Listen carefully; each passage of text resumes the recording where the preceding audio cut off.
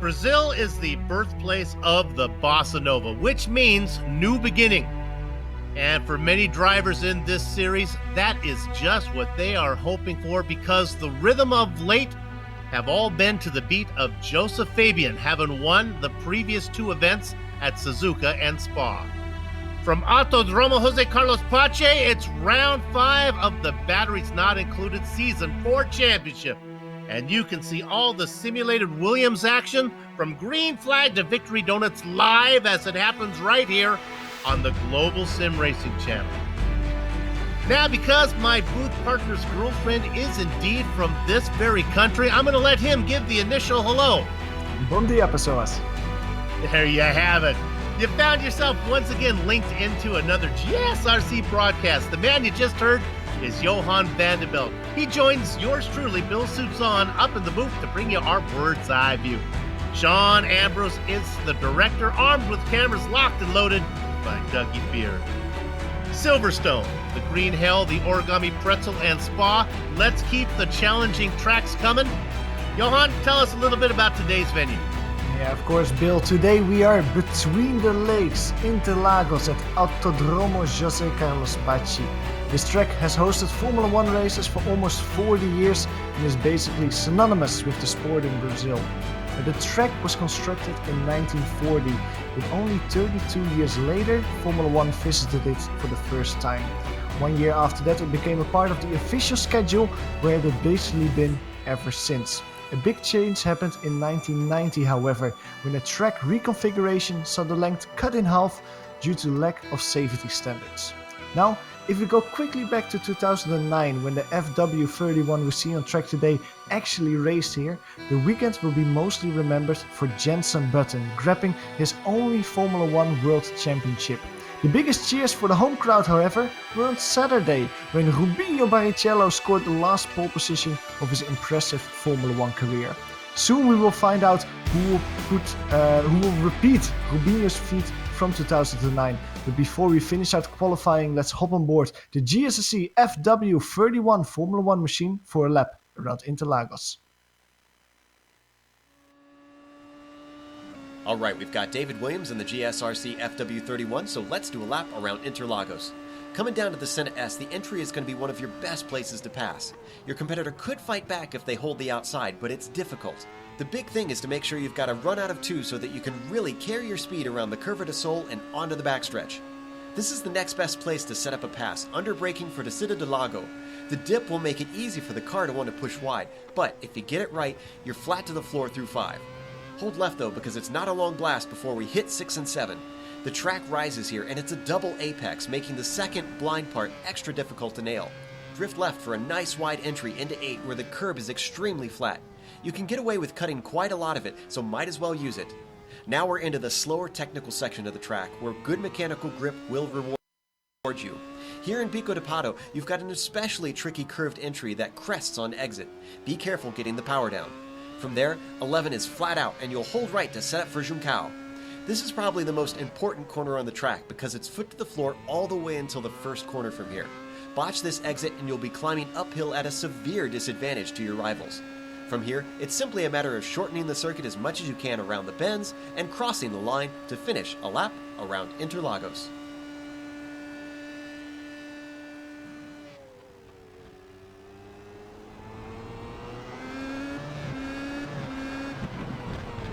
The disembodied voice of Joe Peak talking and taking us around yet another racetrack, this time Autodromo Jose Carlos Pache. And now to take us a lap around the point standings, here's Johan. Yeah, the leader at this point in the championship is still Clayton McLeod. The Canadian driver, who has been a multiple champion in the Batteries Not Included series, is still leading with 329 points scored so far, but behind him, he's feeling the hot breath of Joseph Fabian coming ever closer. The Australian is on a really good run, winning the last 2 races, and is currently only 28 points behind Clayton McLeod. Michael Overbay also had a very good race last time around in Spa-Francorchamps, gaining 4 positions, bringing himself to P3 overall in the standings. And 2 drivers that are falling down the order a little bit are ENS and Tommy Mikael Nhola, currently sitting in P4 and P5 in the championship. And when you look at the 4 drop races up there, if you want to think about the point standings, it's kind of like getting dressed. What's happened so far? The drivers have just put on their socks and underwear.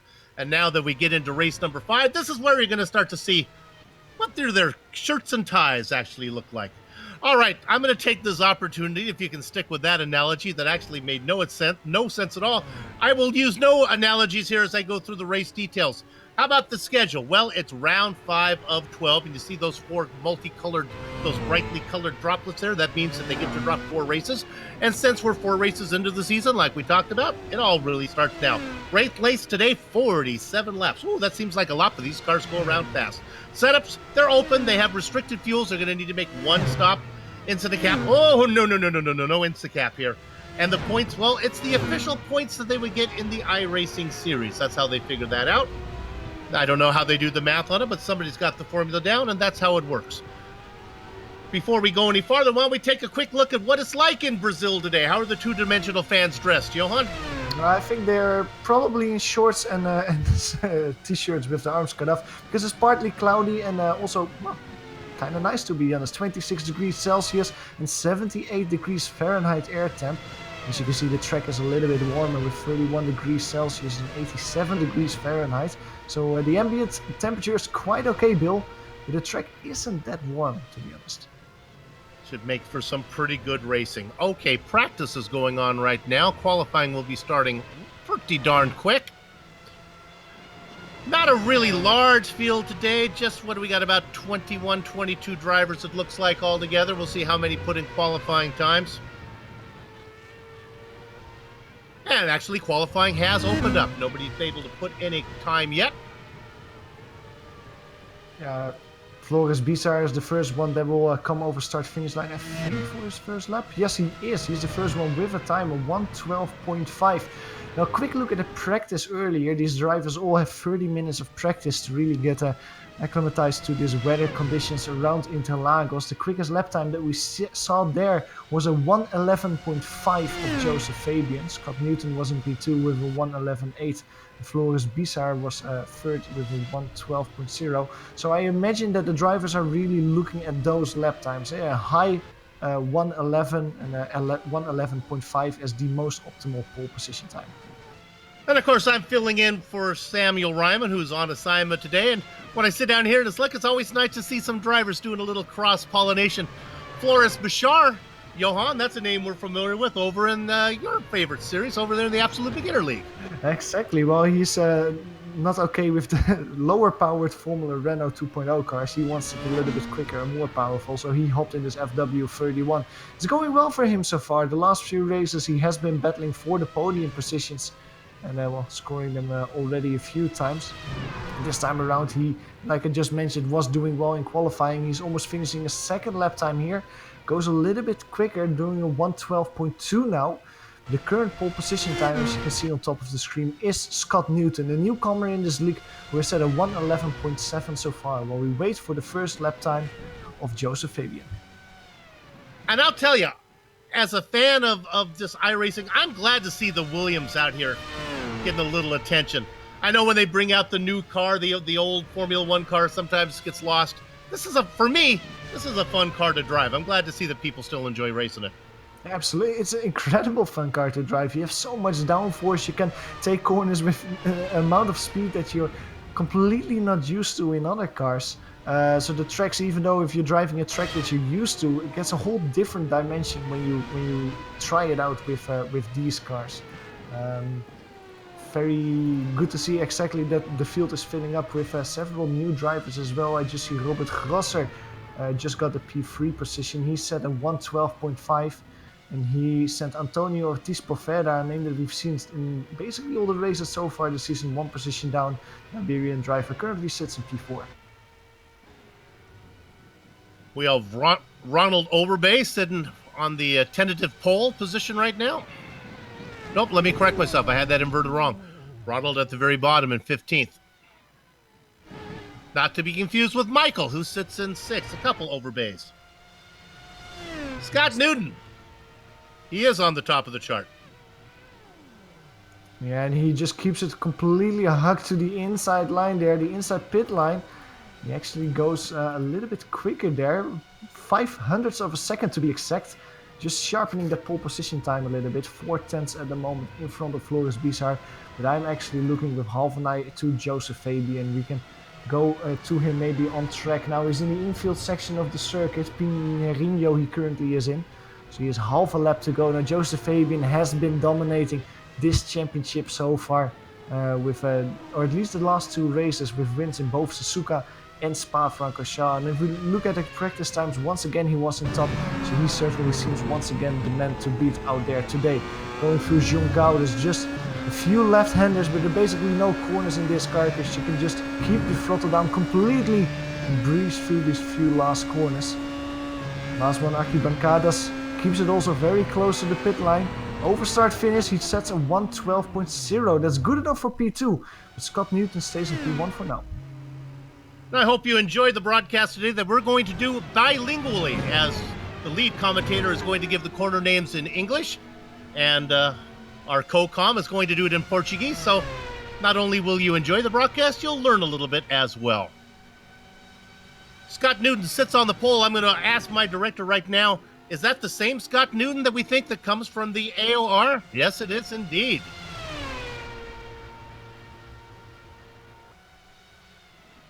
We know Scott Newton racing again over in the Apex Online Racing. He races in the Formula Uno, as does Bashar that we talked about earlier. Clayton McLeod a little farther down the qualifying order than I would expect, in 6th. Yeah, Clayton McLeod has been struggling a little bit with qualifying. Not that he's doing poor by any means whatsoever, but if you look at where he is in the qualifying standings, you would just expect him a little bit further up the field every time.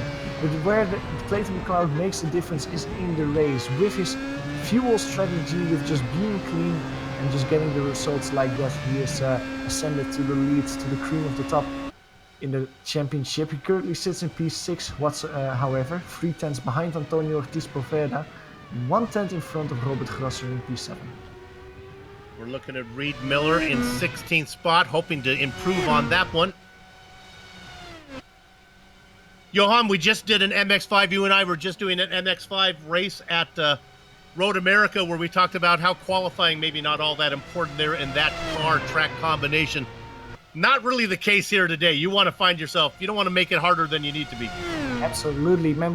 We were last week in Spa-Francorchamps. We were in Suzuka before that. Those are tracks where it should be easy to make overtakes, and we saw them on track. But it was difficult, though. It is very difficult to be close to the car in front of you and have the overdrive to make a swing pass. Most passes were made when people made mistakes or during the pit stops. But on a track like this, Interlagos, where it is just so extremely difficult to overtake, qualifying will be really important.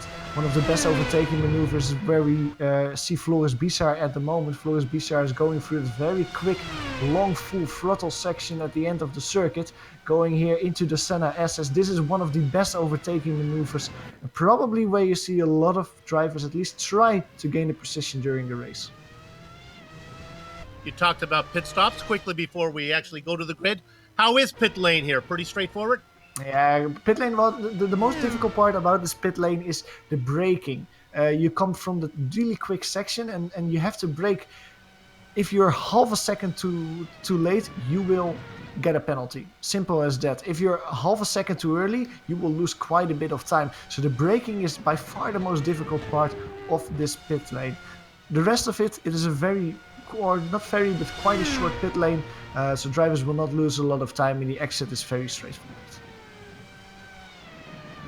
And with qualifying just about wrapping up, we have a standing start here, so we'll have to hustle our way through the finishing grid. We're still looking there at Joseph Fabian, trying to get around, currently sitting in second. I think he's just enjoying this lap right now.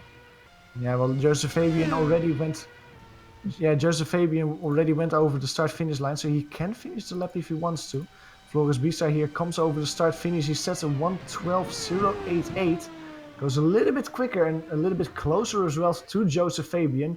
But the Dutch driver isn't quick enough to steal a spot away from the front row. Antonio Ortiz Poveda behind him just went P4.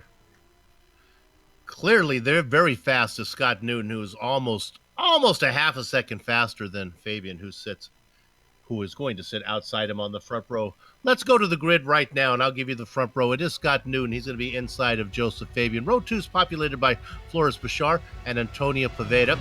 Thomas Ziegler going to be in the 5th position inside of Chris Aoun. 7th and 8th position go to Clayton McLeod and Robert Grosser. 9th and 10th, Michael Overbay and Alter Galado. P11 is for Christoph Bussi, and he starts on row 6 next to Beat Miller. Lucas Pironi starts the race in 13th, and he's being flanked by Kevin Mills. Daniel Lerchner starts the race in 15th, and he starts just in front of his countryman Stefan Henkel. Johnny Bell, a familiar name here, GSRC, starts in 17th, just in front of Robert Kottel. The last row of the grid is populated by Ronald Overbay and Jens Rugger in P20. Okay, just a few seconds before we get green, I want to get in the spirit of the race here. Johan, how do you say chicken in Portuguese? I think it's Galinha. Galinha, okay, I'll go with that one. Very happy you're asking me words that I actually know. Well, I imagine you go out to dinner with the girlfriend every once in a while. You want to be able to know how to say fish or chicken. That's true. Just a few seconds left to go. My wife hates fish. She took a trip to Portugal, to Panama. She went down there, and all the chicken tasted like fish. And then why does? Because they feed them fish meal. So she said, "Oh my goodness, what do you feed the fish? Fish." So everything tastes like fish, no matter where you go. This little lesson: if you go to Panama, we like to double not only as your race commentator, but we also work as a travel agent as well. Scott Newton, he's ready to go. He's on the grid. We wait for the rest of the guys to get out there. Cars lined up sparkling underneath this Brazilian sun. Hey, a nice flyover there. Well done, director. Round number 5, batteries not included. Let me correct myself. We are still waiting for Scott Newton. He is late to the grid. Takes him a little while to get there because he is racing out of Australia. Now he's out there.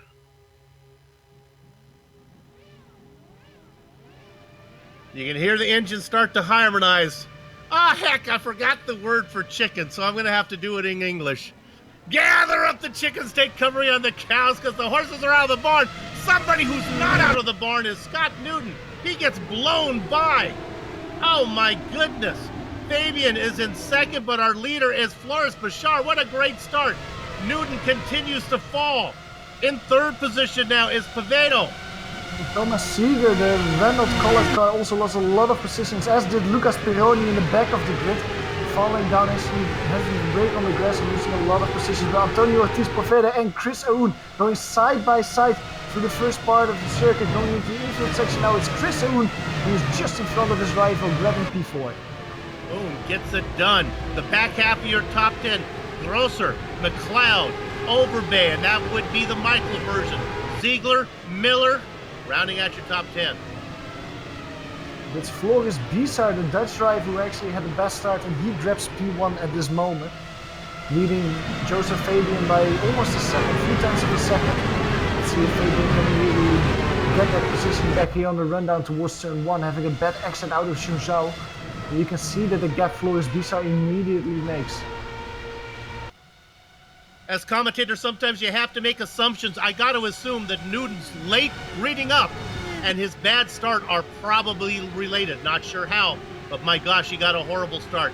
Right now, he continues to ride on the back of Fabian. Wants that spot back for second. All this going on behind the leader. Floris Bashar up in front by almost a full second. Michael Overbay is being put under pressure by Thomas Seeger. Thomas Seeger, who had a horrible start, is making some moves. It's a beautiful move in the Skiga do Lado. It's not really a place that you make a lot of overtakes, but Thomas makes it stick, elevates himself to P8. Been pretty darn clean so far. Knock on this imitation wood right here next to me. Director, let's go back to 10th. This is a fun battle. Reed Miller looking on the back of Michael Overbay. He continues to find, look right, look left, trying to find any way around the car in front of him.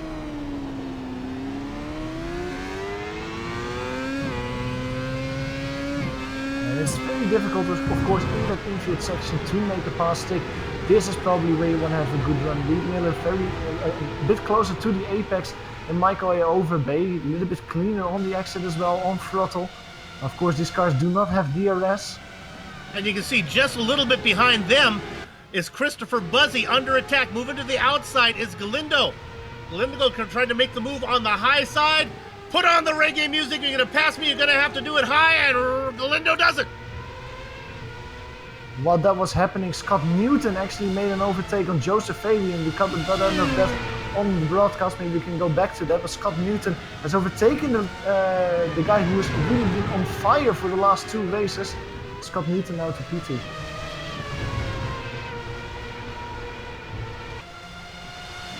We'll take a look, see if we can get the pass for second. Newton making the pass on Fabian. I can report while that was going on, Kevin Mills spun from 13th position. He's way in the back now. Let's see if we get this pass. Newton chasing. Right down to the inside. Very good move though to try it around the outside there. Let's take it. Now Kevin Mills, you were telling about that he had a little spin. I think that the British driver also has some damage. He hit the barriers with the backside of his car. He might have some damage. He's still continuing, however, so let's see if he comes into the pits. That's last time around. That happened during that last pass. We're okay, director. It was just a self spin. Mills though was racing in 13th.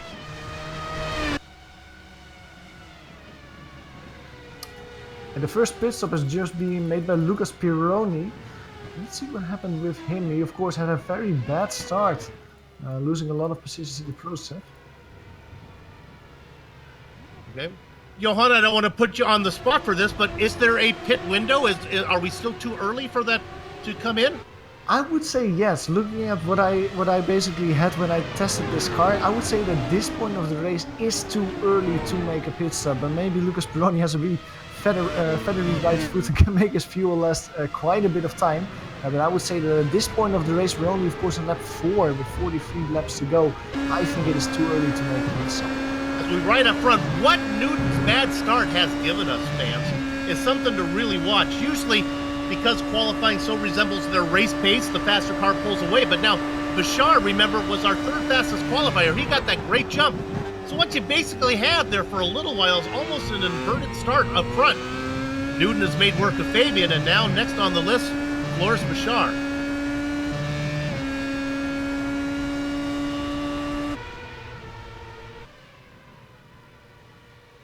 And of course Floris Bishar and Scott Newton know each other from Apex. They might actually be working together a little bit. Just look at that, Scott Newton is closing the gap though. Just 1 or 2 car lengths between the two, and that also allows Joseph Fabian to bunch up. 3 cars under a blanket bill. You know, we don't like to focus on the leaders solely, but honestly, this is the best battle on the track right now, so let's take this opportunity. Oh, a mistake from Newton. Is he going to leave the door open for Fabian? Nope. Thought maybe Scott let a little bit wide there. Don't worry, Soup. I got it. Exactly. Well, this is not the point of the race where you really want to force the issue when a car in front of you makes a mistake. There's a lot of time left to really pounce on those kind of mistakes and get the pass. Look at that, Scott Newton not able to try and move on Floris Bishar. Joseph Fabian likewise not able to try and move on Floris Bishar, just staying behind each other, going to the center S's. You can see those 2 cars at the top of your screen as Dougie Beard had that long camera angle. That's Chris Anoon back there in 4th and Antonio Pavedo back in 5th. They're really not even close together. The battle still remains up front for these top 3. How long will Bashar be able to hold off Newton? So we maybe go to P9 for an overtake. Reed Miller striking on the inside of Michael Overbay. That is once again a discarded Lago, and he actually makes it stick. Reed Miller passes Michael Overbay, and he brings himself to P9. Now they go down into, we look at them go down into Little Orange, is what we call corner number 7 in English. Curva de la Reina. There you go. Take notes. It seems like Scott Newton this time around isn't able to close the gap to Floris Bishar. Joseph Fabian also not either, basically staying with a small gap to each other. Not under a blanket like they were before. Now something that has been heating up was the battle between Clayton McLeod and Thomas Seeger. They're not that close at the moment, might be able to take a look at them as well. Because Thomas Seeger of course had a very bad start. He started in P5, fell down all the way to P10, P11. He's brought himself to P8 now, and he's been putting Clayton McLeod under a little bit of pressure. Even though he's been letting the gap grow a little bit to around 1 second, he's on his way forward.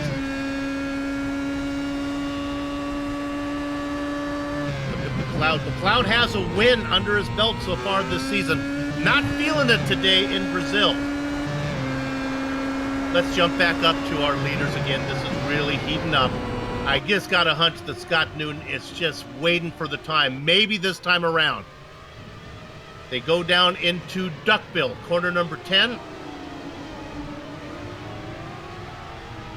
But Johan Newton's got more to worry about than just getting around Bashar. Fabian's right there as well. Yeah, Joseph Fabian is proving that's maybe putting a little bit of extra pressure on Scott Newton, because he knows that he's quick. He of course grabbed pole position. He knows that he can probably beat Joseph Fabian. And this is maybe the point in the race that you're thinking already a little bit about strategy. But look at the run Scott Newton has going towards the center S as he chooses the outside. We've seen it work before early in the race. Florian Bissard overshoots himself, brakes too late.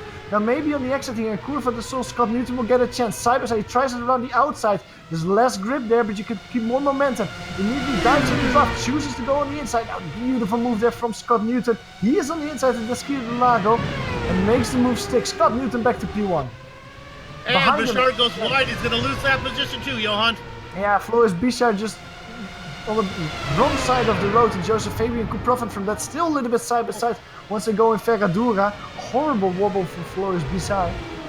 He actually manages to keep the car in a straight line, but the Dutch driver losing 2 positions in just a few corners. So basically order has been restored with your fastest qualifier sitting in the lead. The man outside him on row 1, that is Fabian in second, and your third fastest qualifier back in third. P9 is the battle is still raging between Reed Miller and Michael Overbay. We saw the overtake a few laps ago when Reed Miller got past. He's not able to drive away yet, and look at Michael Overbay. The car behind him is actually haunting Reed Miller a little bit. And watching the whole thing, what we like to call in the popcorn position, Heitor Galindo. Heitor is a driver that we haven't talked a lot about yet today. Started the race in P10, has lost 1 position so far. He's keeping his nose clean, and like you say, Bill, he is in the popcorn position. If anything happens between Michael and Reed, Heitor can pounce on that and win 2 positions.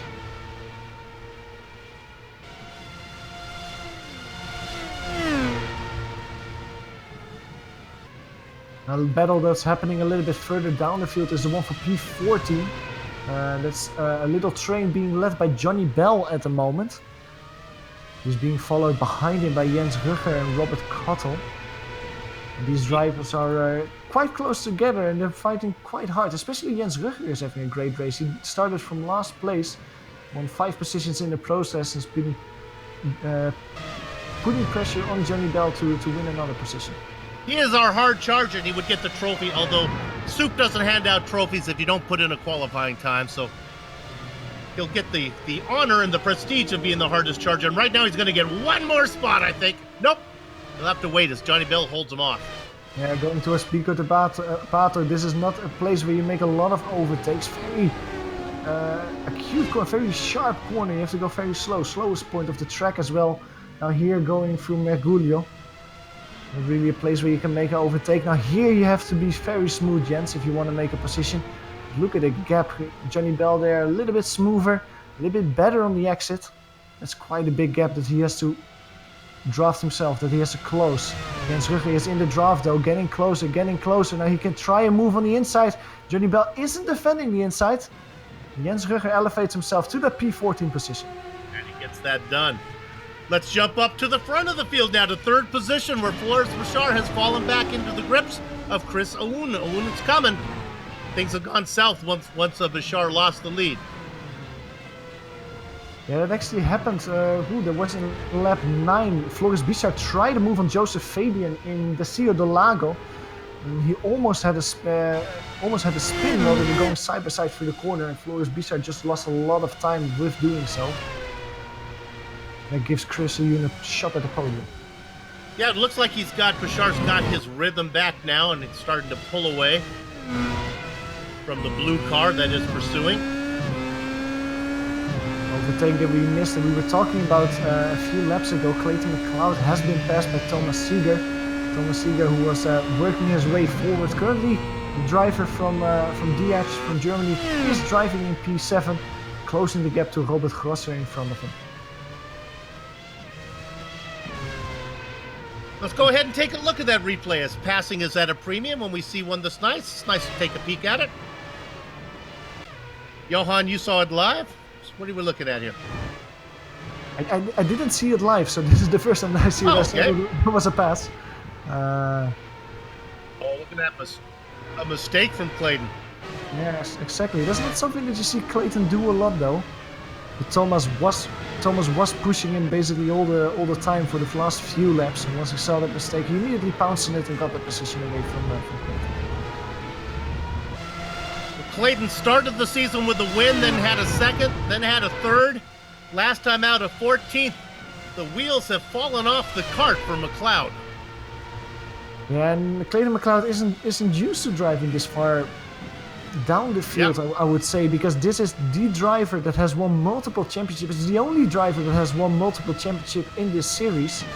The only time that he didn't win a championship, he finished P2. So Clayton McLeod is actually one of the drivers that I, in my little prediction pool, put as one of the title favorites. But currently today he's not feeling it, as you mentioned before, in Interlagos, only in P8. I didn't know there was a betting pool on this. Let me into that one. I have some extra cash. Let's look at 12th position. We haven't given a lot of love to Buzzy. Christophe Buzzy there in 12th, being chased by Stefan Henkel. Christophe Buzzy is having a quiet race so far. He's 6 seconds. Oh, sorry. Daniel Lurcher, car number 102. I believe this just happened. Let's see if this is recent, Director. I don't want to scare you. Nope, it might have been a lap ago. I apologize. He's had a spin. Thought I had it. I don't want you to scare you, Director. And he's now thought Daniel was making a run, but he is actually a lap down now. Yeah. Things are not going his way. No, he's already been to the pits, and it looks like he has a little bit of damage as well. So not going his way for Daniel out today. Another driver that we saw in the wall earlier this race and actually has retired is Kevin Mills. Kevin has been has having quite good season so far, working his way up the field every race bit by bit. But this race just victim to an early retirement. Look back here. This is Michael Overbay. Overbay qualified in 9th. He's fallen a spot back. Now he's coming up behind Reed Miller, but really what Overbay has to look out is for a Torgalindo behind him. These three cars are probably one of the best battles that we have on the field at the moment. Reed Miller, we said it before, Bill, he overtook Michael in Overbay. He's not able to really extend it up, but I think if Reed Miller is happy in the top 10, he is the hardest charger that we have. He won 3 positions so far while starting in P12. And he's keeping the cars behind him, so it's a good run out there so far from Reed Miller. And at the moment, Michael Overbay is not able yet to put his cars side by side. These guys have about 6 seconds to get up to Clayton McLeod in 8th, so really these are guys who are going to be racing themselves for the rest of the race. Yeah, exactly. And looking at Christophe Buzzy, who we see behind him in P12, Christophe is not quick enough to really close the gap. Around basically a few tenths per lap slower. So it seems like these 3 drivers will battle it out who will finish P9. Overbay down a spot from where he qualified, as is Galindo. And what Johan talked about, Miller on the move. Now here, this thing is heating up again. This is Bashar. Aoun coming back at him. I keep thinking that Bashar's going to run away from it, but that blue car right there in his mirrors. Yeah, Floris Bizar actually had his quickest lap of the race.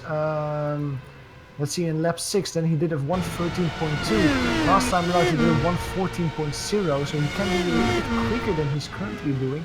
But in lap 8 and 9 he had some 1:15s and he really lost a lot of time to Joseph Fabian and Scott Newton there. Now they're coming up on a back marker here. This is Ronald Overbay. He was just lapped. He's racing in 18th position. He's the first car one lap down. A little bit about that lap traffic. Scott Newton is currently passing Lucas Pironi, which is the next car that's being lapped. Scott Newton has had a lot of profit from lapping the first cars. The gap between Scott Newton and Joseph Fabian was only 1.5 seconds a few laps ago. This time around it was 3.1 seconds, all because of traffic. So Joseph Fabian is the loser out there. Tip of the hat to Ronald Overbay. Did a good job of getting out of the way of the 3rd and 4th place drivers. Bashar gets through. Aoun gets through as well. Scott Newton has dealt with all those drivers. He's got clear track ahead of him. It's going to be a while until he gets to anybody out there that he has to lap. Oh, sorry, at the beginning of this lap, Thomas Seeger, who was currently at that point in P7, had a spin in the Senna S section. And let's see, he didn't hit the wall, but he lost quite a bit of time. I was wondering why is Thomas... Yeah, we're going to replay after this. You can see just there on screen, he's fighting with Reed Miller at the moment. I was wondering what was happening. Well, you can see here now in the replay, he had a little spin in the Senna S's. The good news for Ziegler is he got out in front of those cars that were behind him. He can be fast enough to pull away. To go a little bit further back to show the spin. But like you say, Bill, it is good for him that he at least is still in front of Reed Miller, who's being put under a lot of pressure by Aitor Sintes Galindo at the moment.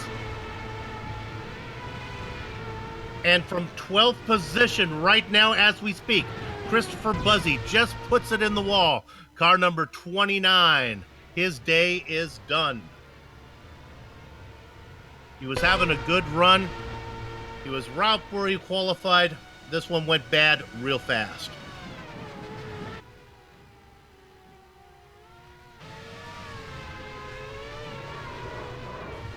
Should be coming up here, and there you see it. Ouch. Yeah, just looping it around there. The beautiful Brabham colored car. And that's the end of the day for Christoph Busch. You know, when we're looking at that, Ronald Overbay also had a little spin. We don't have to go to that because Ronald didn't damage his car whatsoever, but he has lost a little bit of time. He's currently driving around in P17. There's Newton. He is so far ahead, you can't even see Fabian in the screen. Fabian about 4 seconds back. The best battle on track continues to be the one that we're looking at right now. Bashar ahead of Aoun. Yeah, and I'm wondering what is happening with Floris Bissar. He is picking up the pace a little bit last time around with a 13.3, but just in between the laps he's doing some 14s, some 15s. Might be that it's traffic and he's losing a little bit of time, but like you said earlier, Bill, he's just not able to drive away from Chris like he was able at the beginning of this race. I keep thinking he will, and actually he does, and then he gives it back. And I don't think it's pace. It might just be, maybe it's this Aoun just managing the gap. It might also be fuel, that Chris Aoun is almost running empty and is just putting his quick laps at the moment. Speaking about that, Chris Aoun actually set the quickest lap of his race, his personal best last time around with a 1:13.2. And let's see what he is able to accomplish this time. And this time it's only a 1:13.6. So maybe it's just that Chris Aoun is running empty and is able to grow a little bit quicker than Floris at this point of the race. We're going to go back to 8th position. Now, this is Thomas Ziegler. Remember, he had that spin, and I really thought he was going to be able to run away from Reed Miller. That hasn't been the case. Miller's been trying to stick with him. Maybe even more aggressive is Galindo back there in 10th. Yeah, I think that the reason that there's a gap between Reed Miller and Thomas Seeger at the moment is because Aitor Sintes Galindo, who is trying overtakes on Reed Miller. Look at the run he's having here towards the Cida do Lago, trying it on the inside, braking a little bit later, making the corner. I didn't thought he would make it. Aitor stays on the inside and actually makes the move stick. Beautiful late braking maneuver, like we see currently with Daniel Ricciardo sometimes in Formula 1. Aitor made the move like that stick as well, but just braking later, winning that position on Reed Miller.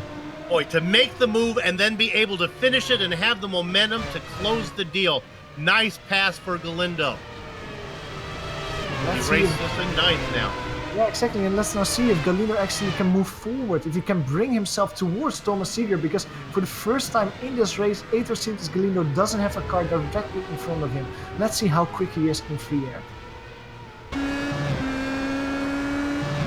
Oh, sorry, Floris Bizarre has actually lost the P3 position to Chris Ayoun. Let's see where it happened. It actually happened in Junção last time around. I think it was lap traffic that might have got him. Yeah, he ran up on the back of Cottle. Yeah, I don't know what Floris Bizarre actually tried. He tried to go around the outside there, but of course there was some lap traffic there, and he just had to take a little bobble over the grass to avoid him. He has lost quite a bit of time. That handed Chris Ayoun third place position. Robert, I'm going to come to your defense there. I didn't see anything wrong with that one. You left the inside line open. That's about the best you can do. I agree. Well, luckily we still have a battle for P5 at the moment. These two cars aren't battling side by side at the moment, but they are close. Antonio Ortiz Poveda and Robert Grosser. Only 6/10 of a second between them last time around when they went over start-finish line. Currently grown to 7/10 of a second. 6/10 of a second now again. These two drivers are having, especially Robert Grosser, having a good run so far, winning 2 positions. Antonio losing 1 position to Chris Ayoun since the start of the race. Remember, we saw Grosser get around McLeod, and he has left him behind, and now he is coming. And he's not that far behind Bashar, who's had his problems. They're only 1.3 seconds behind Bashar in fourth, so let's see what Robert Grosser can do here. Floris Bizarre is making a few more mistakes than he did last time around in Spa. It's of course almost midnight in the Netherlands. Maybe he is getting a little bit tired, lacking of concentration, but we've seen more mistakes of him than last time around. Let's see if he can close the gap once again to Chris Ayoun and get the position back for P3.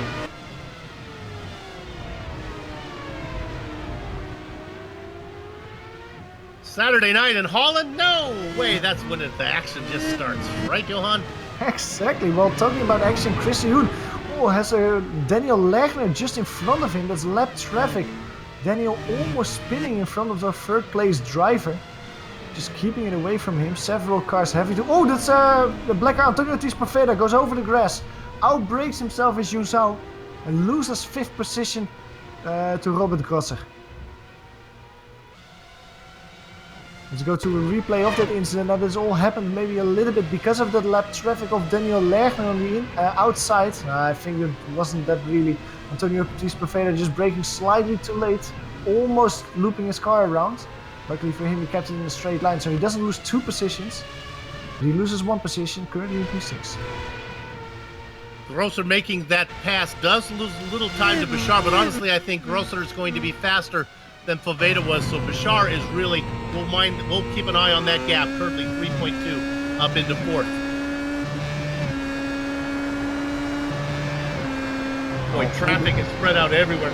Now the leaders are picking up on all over the place. Yeah, and that's one of the things that is so difficult about Interlagos. It is such a short lap. It's only 4-point-something kilometers, only a lap time of 1 minute and 11 seconds. So lap traffic is something that you meet extremely quickly, especially if people had a spin at one point of the race. You lose a big part of the lap time immediately. So it will be busy all the time. Not always for precision, but you always have cars around you here. And not only mileage, but just actually a lapse time that you are on technical sections of the track where it is hard to pass. Yeah, if you catch them at the wrong place, you got to wait for a while. It's almost like we're seeing an endurance race at some points. That once you're behind another car in that infield section, there's just no way that you can pass him. You have to give up 1-2 seconds before you can finally get rid of that person and be in free air again. And going back to the leader, Scott Newton is still leading here at Interlagos, however. The newcomer from Australia is currently leading Joseph Fabian by 4.2 seconds, but most importantly, the gap towards P3 Kisroon is over 11 seconds. So I think that Scott Newton is really consolidating a podium position at this point of the race. 12 cars on the lead lap. None of them have made a stop yet as we have 26 laps to go. Closest battle we see on track at this moment is the one for P6. That's Antonio Ortiz Poveda in the black car being chased by Clayton McLeod. Antonio, of course, went over the grass last time around. I don't think that Clayton McLeod has the speed to really close the gap to the Iberian driver. It seems like the Canadians are around 0.2 per lap slower. Currently around a second between the two drivers. Yeah, Antonio was pretty fast until he made that mistake. I think he should be able to maybe run away from McLeod, I would think.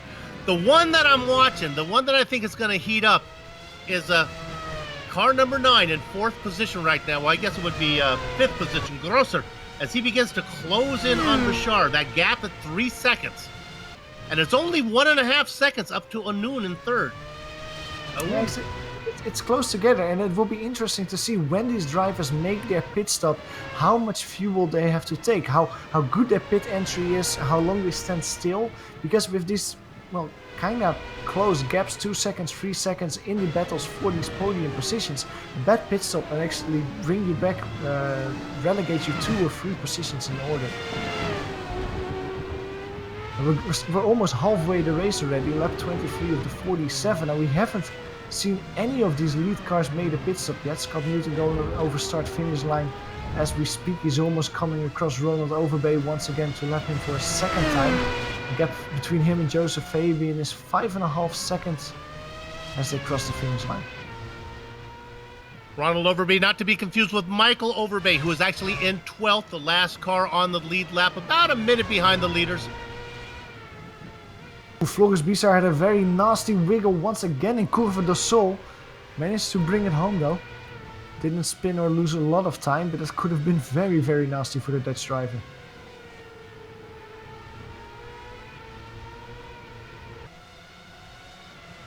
He's got about 3 seconds back to Grosser. And about 2 seconds up to Aoun. Things are settling down now. We're just waiting for the pit stops. That's where we'll finally get an idea of how things are going to shake out.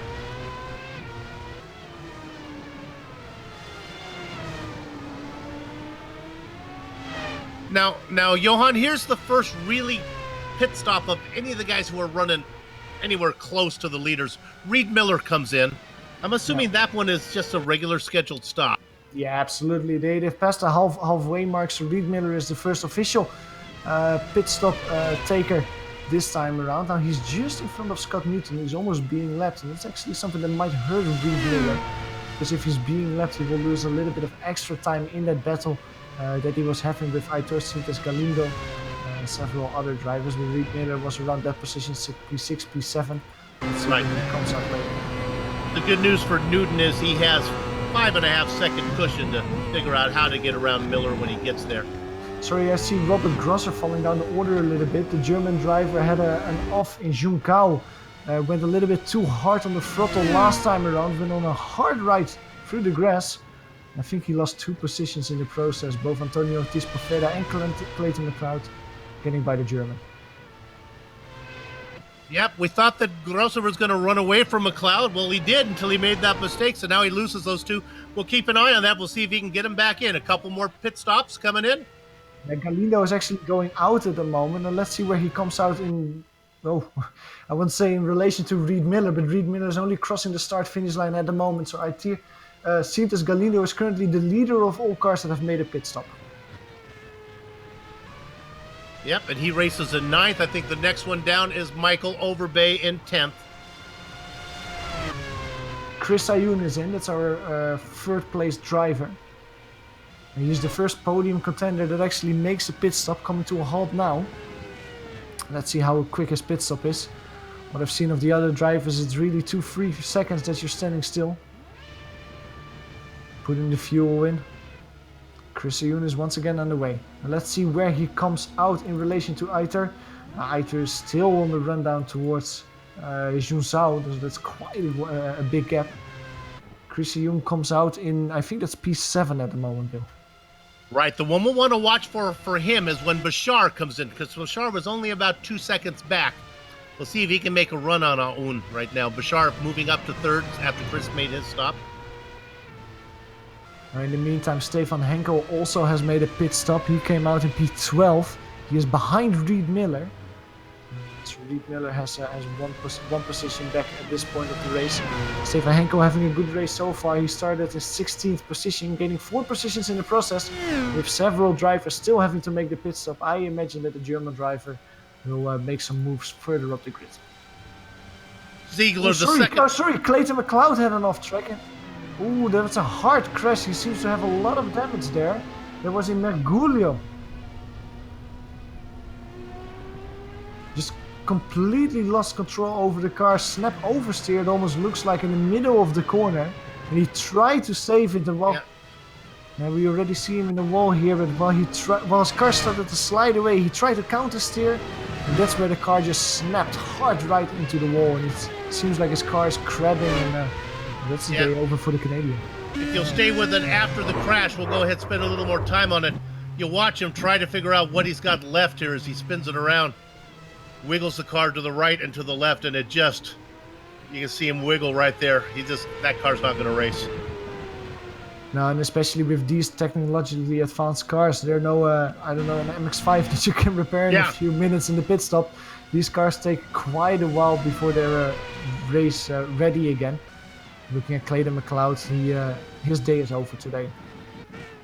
Yeah. Our leader is in. Just don't see anything that could go wrong here unless he totally blows his pit stop that's going to take this win away from him. And he looks fairly nice. He's going to come out. Yeah, good pit stop from Scott Newton there. And of course Chris Ayoun, who was our relative leader of the first driver that has made this pit stop, he is still behind Scott Newton. Quite a while, if I mean. Joseph Fabian, our current leader, he was about 5 seconds behind Newton when Newton came in. The hard press for him to do the undercut. Bashar will have to be careful though. Bashar and Aoun were relatively close on the track, so when those guys decide to come in, it'll be close. Yeah, but the good thing for drivers like Floris Bizar, like Joseph Fabian, is that when they make their pit stop will be shorter than the people who've already been in. They have to take less fuel, and let's see if that actually make a difference. Joseph Fabian is coming in now. Now I do think that Joseph Fabian will come out behind Scott Newton, but how much difference does that one lap later pit stop make? It was around 6 seconds between the two when Scott Newton made his pit stop. Scott Newton already going over start-finish line, already down the Senna S here. And Joseph Fabian only getting away now. Bashar will inherit the lead.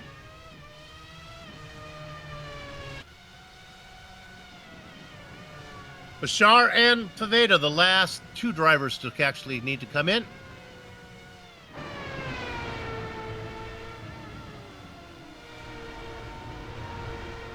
And at the moment, let's see, it was around 24 seconds between Floris Bizar and Chris Ayoun. Looking at the last lap times, Chris Ayoun is doing 1:13.6 and 1:13.8. Floris Bizar, on the other hand, is doing 1:13.0. So the Dutch driver is quite a bit quicker than Chris Ayoun. So that actually might mean that this undercut is working for him. Lighter fuel, older tires. I don't know how that works out. I think Bashar thinks he's going faster right now, and it's got to be, no, he's going to go around one more time. Lighter fuel load is actually working for him, because again, a 1:13.2 is once again quicker than Chris Ayoun is doing after his pit stop. And he might be driving around on all the tires, but it seems like a lighter fuel load is doing wonders for him. Looking at the gap between Scott Newton and Joseph Fabian, currently almost 10 seconds between the two drivers. They were so close at the beginning of the race. Scott Newton really putting the hammer down and making a difference at this point.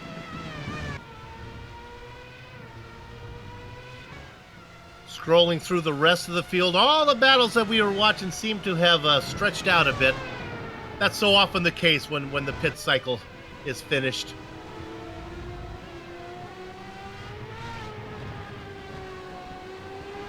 Well, Floris, how long are you going to stay out there? Cinderella has a curfew, my dad always used to say. It's not only Floris Bizar, it's also Antonio Ortiz Poveda, who's still driving around in P3 at the moment. He also must be running very empty at this point of the race. And the main driver doing a 1:13.3 last time around. Let's see if one of these drivers are coming in this time. Floris Bizar actually is. Cinderella does have a curfew, and so in she comes. Or he. Sorry, Flores. Yeah, Newton is by. We expect Fabian to go by. It's Chris Aoun that'll be interesting. And he's just going up the pits right now. Yeah, he's going through Arquibancadas at the moment. Let's see where Flores Bizar is. Flores Bizar still staying still. He's actually getting underway now. Chris Yoon is braking for the center S's. Now, Flores Bizar has track advantage though, but Chris Yoon can drive a little bit quicker. Will that momentum on the outside here of Curva do Sol will make a difference? I don't think so, because look at that difference. Flores Bizar coming out of the pits, and that's the blue-purple car of Chris Yoon. Flores Bizar has gotten the P3 position back 100% because of strategy. Their time in the box relatively the same, maybe a little faster for Char cone to cone, but it was all about staying out longer and running faster laps. Johan, you were on it.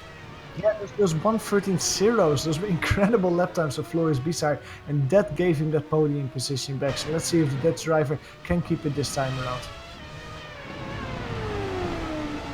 Now looking at Antonio Ortiz Poveda, I would almost say that this driver has to come in. We've done 31 laps of the 47, so only 16 more laps to go. No, this Spanish driver stays out for one more lap. He really started with a high fuel load though. Let's see where it will bring him in the end.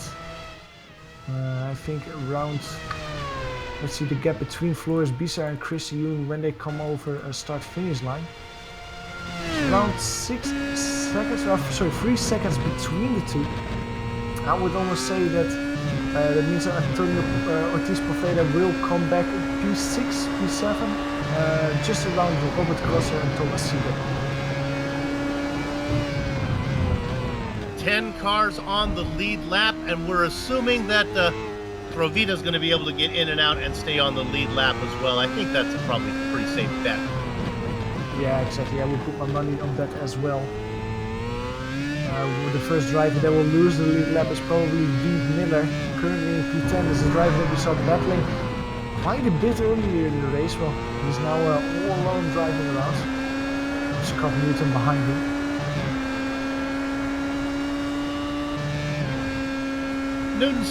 Miller's got about a straightaway, I think, before he gets there, before Newton will get to him. Let's now also look at the lap times of Flores Bizar and Chris Yoon. This is probably one of the closest battles that we have at the moment. 3.5 seconds between them last time around. Let's see what the gap between them is this time. It's 4 seconds. So even after the pit stop, Flores Bizar has new tires, and now both drivers have the same fuel load. Because Chris Yoon went earlier in to make the pit stop, Flores Bizar can make the difference now on newer tires. You know, you talk about the light fuel load, and I'm really surprised. Look at our leader. Can we go to a leader real quick? This is Scott Newton. He's actually, now there's lap car in front of him, but he's actually being run down by Poveda. Now remember, Poveda still needs to make his stop, and I really don't think that was traffic enhanced. But look what Poveda's been able to do. Yeah, of course. Ortiz Poveda has been incredibly good. Look at the last 4 lap times. It's a 13.3, 2 13.2s, and now a 13.1. The Spanish guy is on fire, and it's almost a shame that he's only showing it at this point in the race. Maybe it just shows that next time around he should do a slightly different fuel strategy where he doesn't start as heavy as he did this time around, because he's incredibly quick at the moment, quicker than the leader. He's staying out one more time. And of course, he's only 0.8 of a second behind Scott Newton. Once these two drivers get close, Antonio has all the right to actually get that P1 position back. So the question is, where is he going to cycle out when he's done with his pit stop? I would probably maybe Grosser back there in 6th. Yeah, I would almost say because he's doing these quick lap times that he will be far in front of Thomas Seeger, who's currently driving in P7. I think it will be around Robert Grosser and probably in front of Robert Grosser as well, which will be P5 for Antonio. Well, this is fun. I like an alternate strategy. I'm curious to know if Scott Newton actually knows if Antonio Ortiz Poveda has made his pit stop, because maybe he's looking at this F3 and thinking, where is he coming from? And suddenly sees that black car just showing up in his mirrors. If he didn't know it, he knows it now. Yeah, Antonio Ortiz Poveda is making his pit stop finally. Let's see where he comes out. We guessed Robert Grosser. Let's see where he is. Robert Grosser is currently going around Bico de Pato. That's still quite a bit in the infield section. And with Antonio already coming to a stop, I think Antonio will be in front. That's Duck Bill for all you American speaking. Like that, American speaking? All right, let's see how this works out. Well, he's actually coming side to side. Yeah, with Chris Ayoun. He's probably in front of Chris Ayoun. Look at that. Wow, I cannot count because he's actually in front of Chris Ayoun. That's way quicker than I imagined. So it's not P5 for Antonio Ortiz, it's P4. That was fun. That was fun indeed. He was running some really fast laps, and that's where he made up all that time. Does he have any chance to get to Bashar? Probably not. 4.3 seconds back. But the only thing that I might add to that is what difference do those newer tires make? Because we could see when Floris Bizar came out of his pit stop, he was quicker than Chris Ayoun. Arguably because of the tires, maybe. So if that's actually the case, Antonio might make some leaps towards the Dutch driver at this point. So let's run down your top 5. Your leader, and he's been the leader ever since he got it from a horrible start that moved him back to 3rd, and that is Scott Newton. He's 7 seconds up on Joseph Fabian. Fabian's got about 10 seconds to Floris Bashar. Bashar was your leader early on, making a great run from 3rd position on the start, but then had to give it up. Fell back as far as 4th, has worked his way back up to that podium spot. He's got 4 seconds on the star of the show here, Antonio Ortiz Preveda. But can Antonio hang on because Chris Ayoun is right behind him?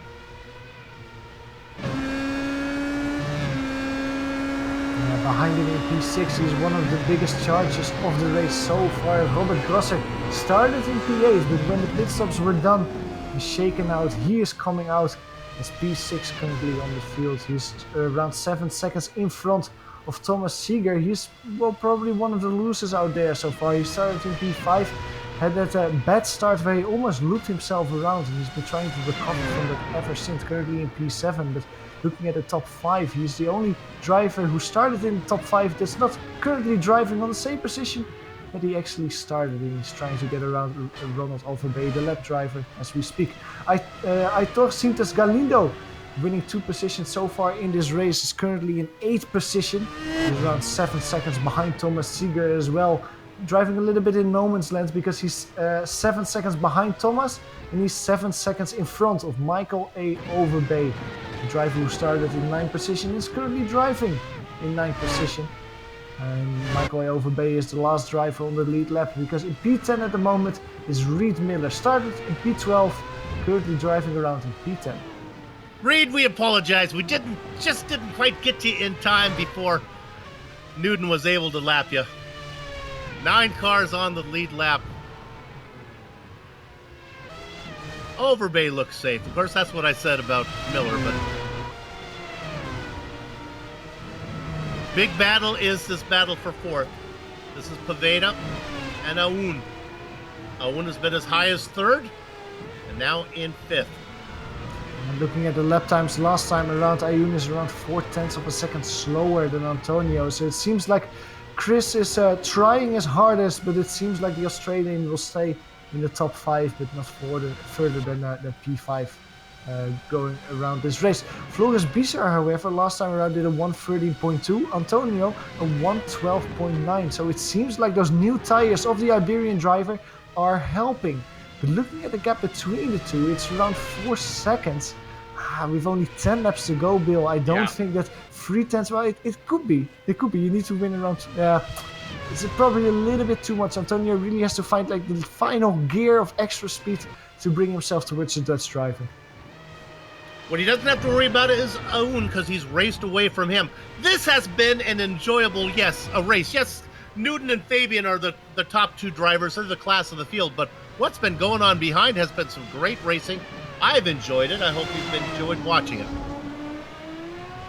One thing that I wanted to talk about a little bit as well is how good Joseph Fabian must have feel. Why you would have mentioned, because he's only in P2 and he's currently not winning the race because Scott Newton is in front of him. Yes, but Clayton McLeod, his championship rival, isn't finishing today.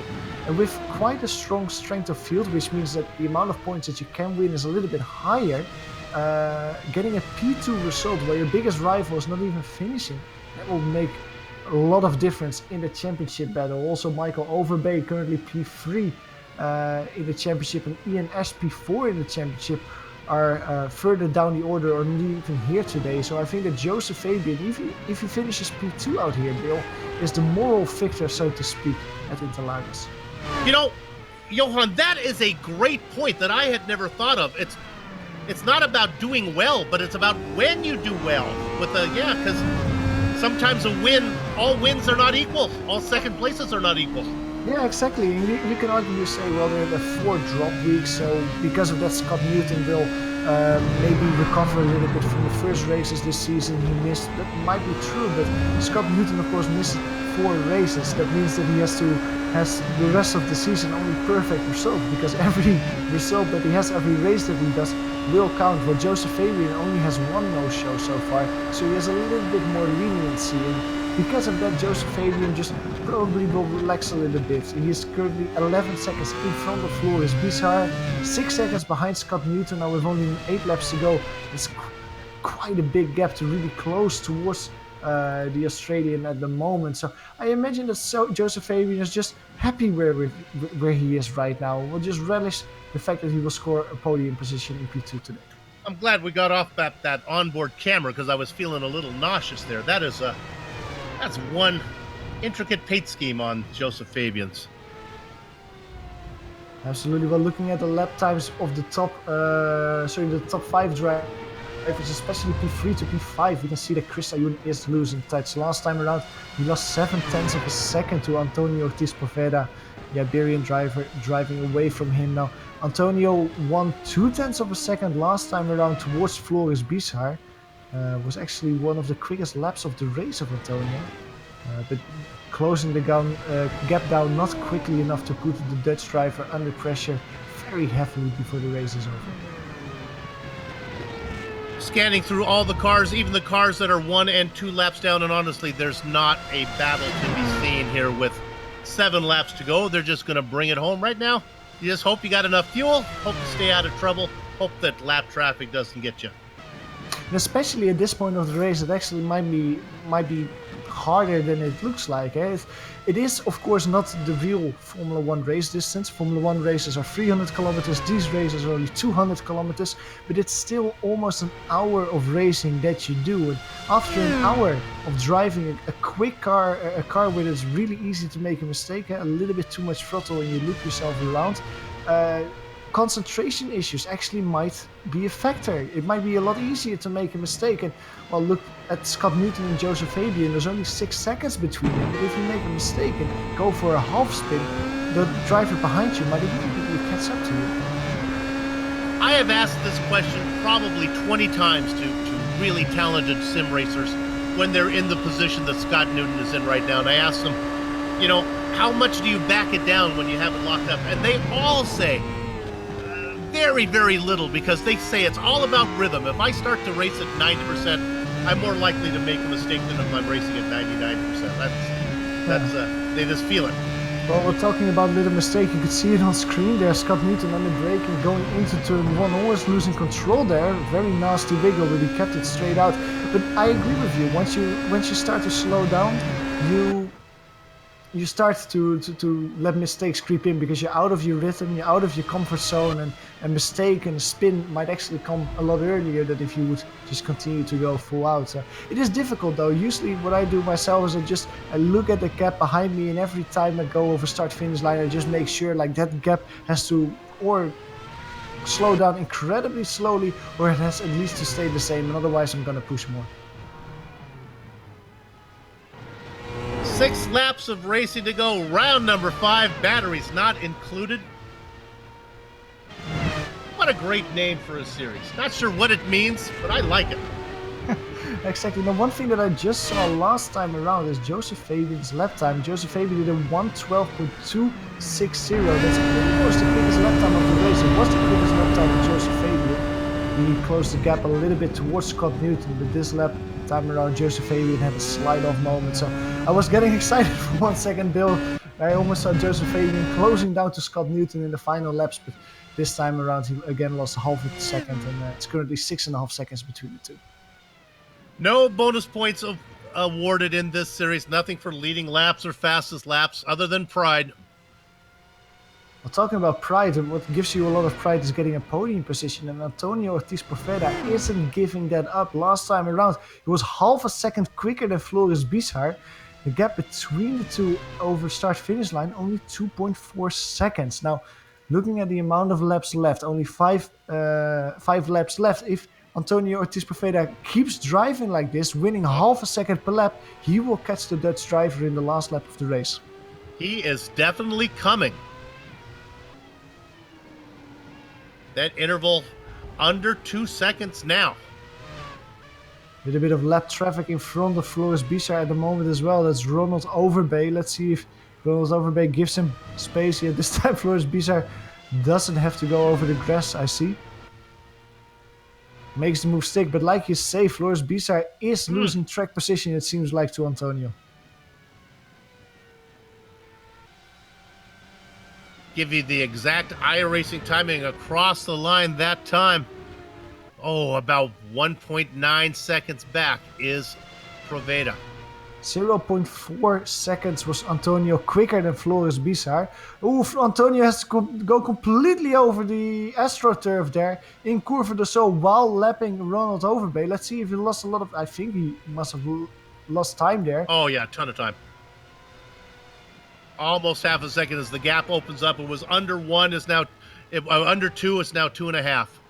And he's lucky that he didn't damage his front wing there while going over the curb stones in Curva do Sol, because he hit those hard. Luckily for him, he didn't have contact with Ronald Overbay.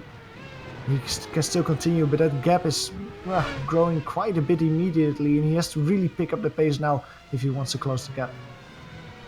Good news is he has a huge cushion back to Chris Aoun in 5th. Poveda really put on the show, though. We didn't hear much of him early on. Then he just ran long, put in those incredibly fast laps, and by the time it was all sorted out, he's going to maybe get himself a podium, if not a darn impressive show. Yeah, exactly. He really was fighting his way back to forward, and that's really helping him. Look at the gap at the moment, though. Floris Bizar is losing a lot of time at this point. Antonio's not that far behind.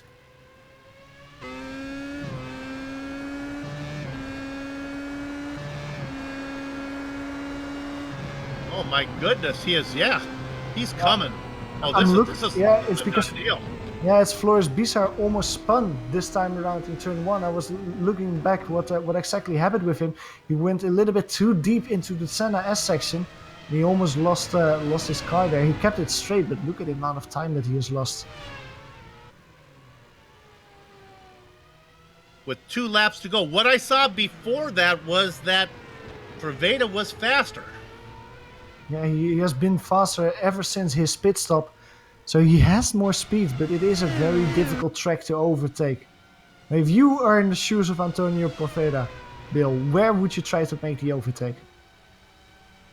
Well, my dad told me never judge somebody until you've walked a mile in his shoes, because that way you'll be a mile away and you'll have his shoes. So, I mean, that's a good saying. He's trying it here, though, getting a little bit closer in turn 4 here. Not close enough to try a move. Now, of course, time is ticking, though. With only 1.5 lap to go. Very close he have to Ferradura. Floris Bizar defending the inside, trying around the outside. They hit each other. Staying it side by side, and they hit each other. No damage. Floris Bizar stays in front. He has the inside here, but he has the outside here in Pinheirinho. Pinheirinho, Antonio is in front. Gets his car in front earlier on the throttle and cutting Floris Bizar off immediately. Has that position.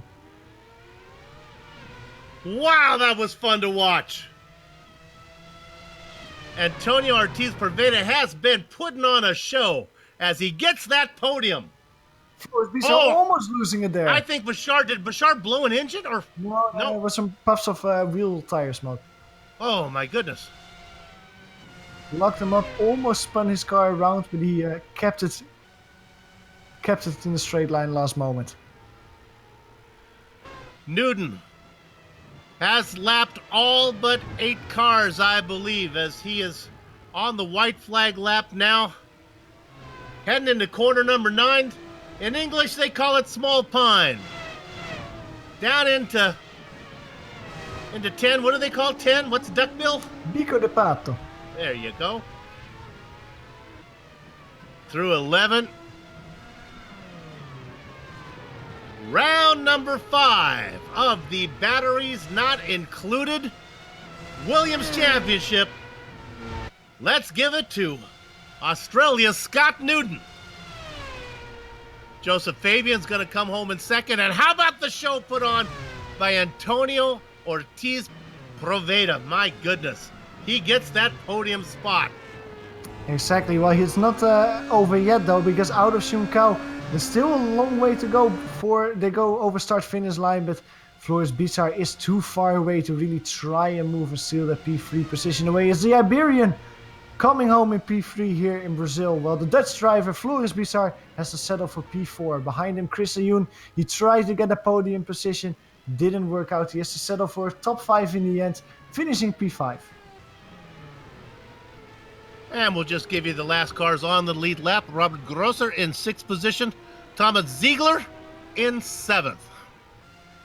All right, the racing is over here in South America. The broadcast is far from done. We'll take a short break, but don't go far. We'll be back to run down the entire finishing order, talk to some of the drivers before we put a lock on the gate. Back in a few.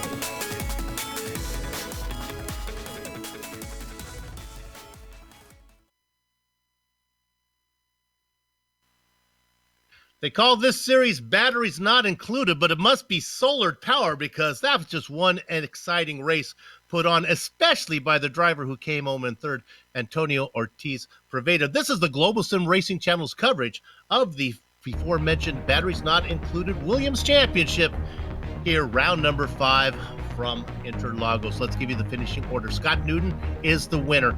Had a horrible start, able to rebound and get the win. He comes to home ahead of Joseph Fabian. Those two drivers were the class of the field. Here's the guy who put on the show using that long first run and then having good tires at the end. Antonio Ortiz-Preveda gets that final podium spot. Floris Bashar, well, he was exciting too. He has to settle for fourth.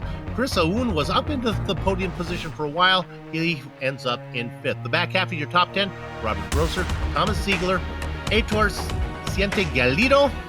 Then in ninth, well, these guys are all Galido 1 lap down and Michael Overbay 1 lap down as well. Last car on the 1 lap down as well, is Reed Miller. Let me get out of here, throw it over to Johan. Yeah, there's only one more car 1 lap down, and that's Stefan Henkel, and he is classified in P11. Then you go to a few cars 2 laps down, starting with Jens Rugger, classified in P12. I'm probably happy with that because he gained 8 positions since the start by not setting a qualifying time. So good run for Jens out there. Johnny Bell comes home in 13th position after starting in 17th, just in front of Robert Cottle. Ronald Overbay, the brother of, comes home in P15, 4 laps down, and then there's several drivers who did not finish the race, starting with Clayton McLeod, classified in 16 after that hard hit, getting loose in Mergulio. Daniel Lerchner only classified in P17, Christoph Bussy crashing out, finishing in P18, Lucas Pironi and Kevin Mills retiring already very early in the race, rounding out the top 20. All right, I have the honor of talking to the driver who came home in second. I don't believe he ever got to the lead, and that's going to be Joseph Fabian, and we bring him in. Here comes Joseph right now. He qualified in second. That's where he stayed for most of the race. Joseph didn't have anything for Scott Newton today. Hey guys, yeah, I mean, I think I had a few troubles with testing and getting used to the track. Being a bit sick, and also Scott was very fast, so I just didn't quite have it. I think I made a few too many mistakes as well. If I got everything clean, I think it would have been a bit tighter, but overall I'm pretty happy with second. I thought the racing early on was really exciting with Newton getting that horrible start and Bashar getting the lead. It kind of inverted everything there, and then Newton finally got around you. Did you think about maybe getting him back before he got the lead? I think very, very early on I realized that I was running a slightly different downforce trim to the other two guys, Floris and Scott, because I mean I was in the middle of the three at certain stages, and I was falling back from Floris even though I had the draft, and I was just a sitting duck. So I knew pretty early on that there's no chance I could get an overtake. I mean, I took my chance when I got it to get past Floris when he was pushed offline by Scott. But other than that, I knew it was basically either get past to the pits or it's going to be a very hard race to win. We'll get you out of here on this one. Help me understand the pit strategy. We saw a couple guys run really long first stints and be really fast at the end of those stints and really benefit. What's your thinking on when to come in for a pit stop? I think 60% is a good place to start. I think Pervader it was. I mean, he did it I noticed last week I was watching, and he didn't pit till extremely late, and he did it again here. The downside of that is you have to make some alterations for your setup, because it has to be able to handle a bump with a very high weight, and then towards the end of the race you're going to have an extremely sort of unideal ride height. So I'm not sure I would go that way, but if it works for him, then go for it. Hey, I love that answer. I like learning stuff. Hey, congratulations on the second place finish. Good luck the rest of the way. Thanks, guys. Joseph Fabian, our second place finisher today, and making a run at the championship. Okay, Johan, who do you got? Yeah, I've got with me the race victor today, Scott Newton. Scott, welcome to the booth. First of all, congratulations with winning today, but my first question is actually about the start. You immediately lost 2 positions to both Joseph and Floris. You seem to bog down a little bit when you started to change gears. What exactly happened? Hey, Johan. Yeah, I know that this car's a dog to get off the line, and starting in first gear with the clutch, there's a really fine bite point, and I'd rather be on the safe side and lose a couple of positions rather than cause a huge accident like I did. last time I was here about 6 months ago, or maybe even 9 months ago. So I was just thinking I'd just get off the line, maybe lose 2 positions, but I knew potentially I could make that up. But looking at the practice times in the server beginning today, I knew that it was going to be a huge battle between Joseph and myself, seeing how much he's dominated the series so far. But also with the Aussie to Aussie netcode as well, I have to factor that in too. So I just knew that I had to factor in getting around turn 3 as well. I knew that it was going to be pretty close as well. So luckily I was able to hold on as well. There's a very fine line with this car. So Yeah. Of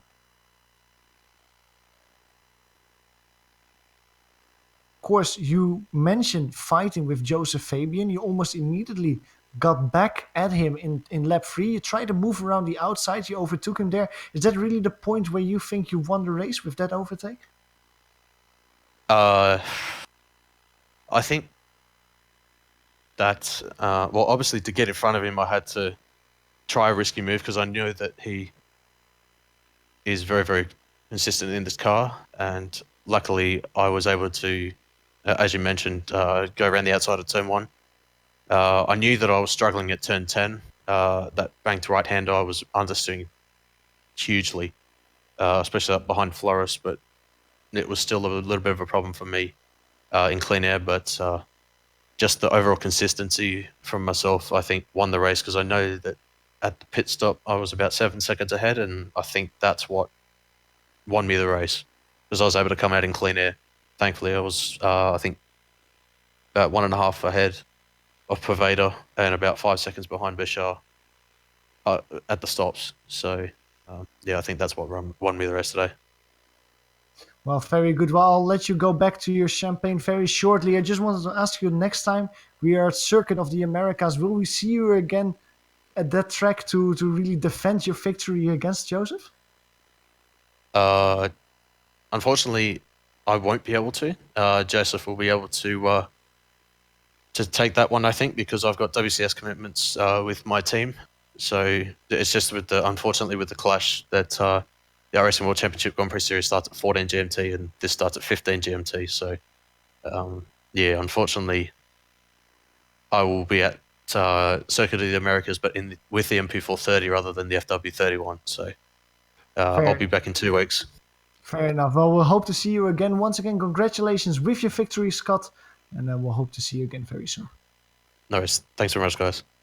It was Scott Newton, our victor today, grabbing the victory in front of Joseph Fabian. Now, in the meantime, Bill, you have caught up with our P3 finisher. I do. And before I talk to Flores Bashar, God bless an Australian race driver who realizes they race on the wrong side of the globe and that netcode is an issue, and they race taking that into account. That's, it's nice. I hate to get a victim of netcode and say, hey, sorry. Well, come on, you're racing in Australia. Enough of that.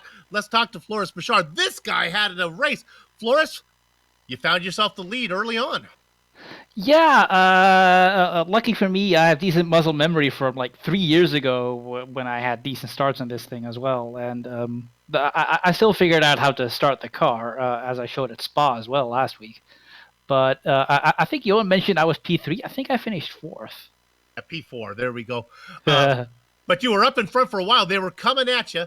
And then you fell down. And then you found yourself in a great battle with not only Aoun, but then with Pravito at the very end. Yeah, the Chris Aoun kind of made out like a pirate because I got a little incident with lap traffic. But yeah, that was great fun right up until I went into the grass. And then it was fun again catching up to him, but I didn't catch him until the pit stops, and I stopped really late and kind of overdid it on the fuel. So I came across the line with 10 kilograms of extra fuel, which is a bit much, which kind of slowed me down as well. And because this race is relatively late, I'm kind of sleep deprived at the moment, and the Red Bull I had before practice didn't really help. So that's what I want to know about. I was told the Red Bull, maybe 2 Red Bulls will do the trick. That stuff tastes like battery acid, so I'll pass. Hey, well, man, I thought you and I thought Pravito, you guys put on the show today for us. It was great. Hey, I'll get you out of here on this. help me out now with this fuel strategy. What is your thinking about running long? I kind of think it's a good idea. I thought some of the laps were really fast for the guys who stayed out late. Well, the thing is, if you stay out longer, you're still on a light car, and the tire wear on this car is kind of negligible compared to the McLaren. So you can stay out longer on older tires, and if you can put in like 3 or 2 or even 3 really quick laps, that's time you make up against the other guy.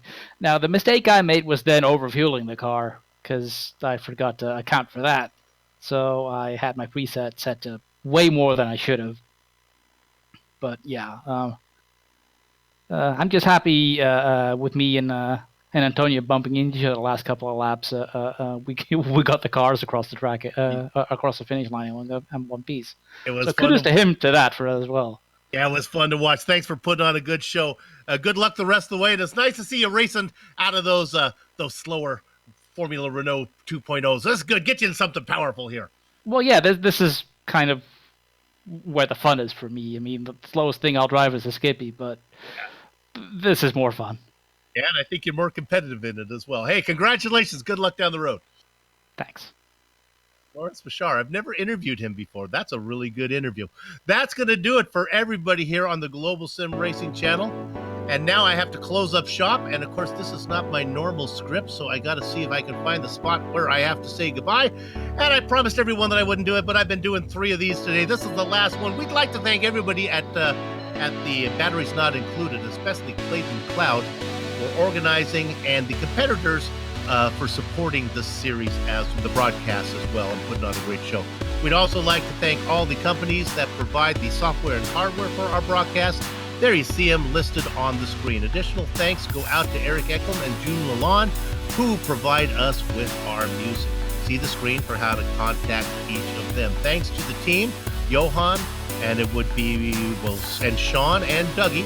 And if you'd like to find out more about GSRC, visit globalsimracingchannel.com. We're also on social media at Twitter, GSR Channel, Facebook at Global Sim Racing Channel, and Instagram at GSRC_Graham.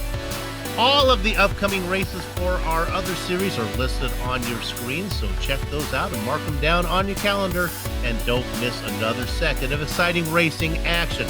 But until next time, I'm off to storm the castle for the 3rd time today.